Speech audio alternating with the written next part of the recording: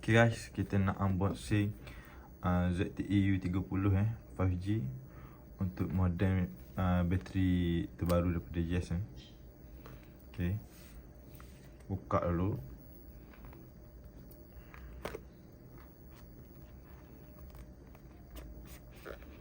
Okay, so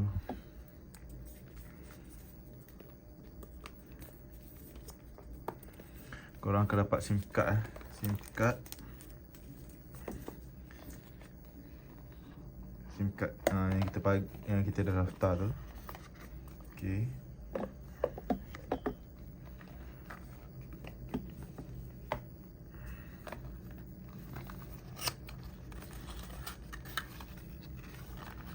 dia punya wire charger dia Type C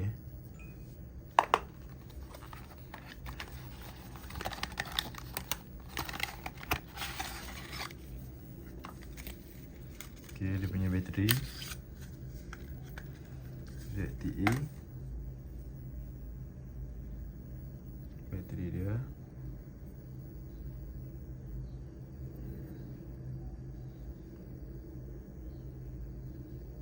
RM4,500 mAh.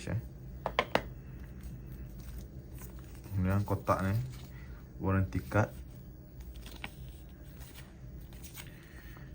dan buku manual dia, boleh baca dalam ni. Dan inilah broadband dia, buka plastik ni. So inilah dia. Okay, tempat on dia,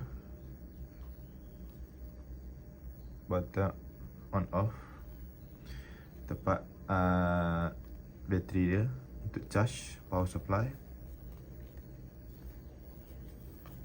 So sini buka dulu, ada tempat buka ni, dekat dengan tempat charge ni, boleh buka sini.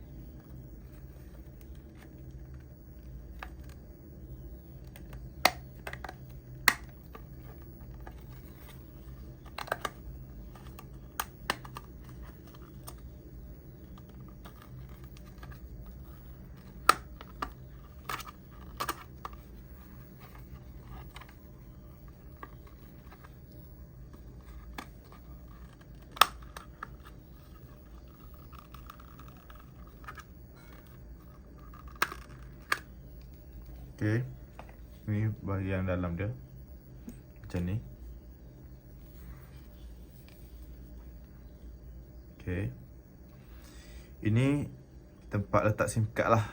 Awak boleh letak SIM card sini. SIM card dah daftar tu masuk kat sini. Okay, tengok bentuk dia, kedudukan dia. Dia ada tunjuk kat sini. Maksudnya chip emas tu dalam kedudukan tu kat bawah. Nampak? Korang masuk je dalam, tengok bentuk dia, masuk kat situ. Kemudian masukkan bateri ni. Bateri ni awak masukkan macam ni. Tengok dia punya emas dia ni, kat sini dia punya ni. Masuk situ. Lepas masuk SIM card, masuk bateri. Kemudian awak on, dan dia punya Wi-Fi password ni ada kat sini. Wi-Fi password, tengok dekat modem masing-masing lah.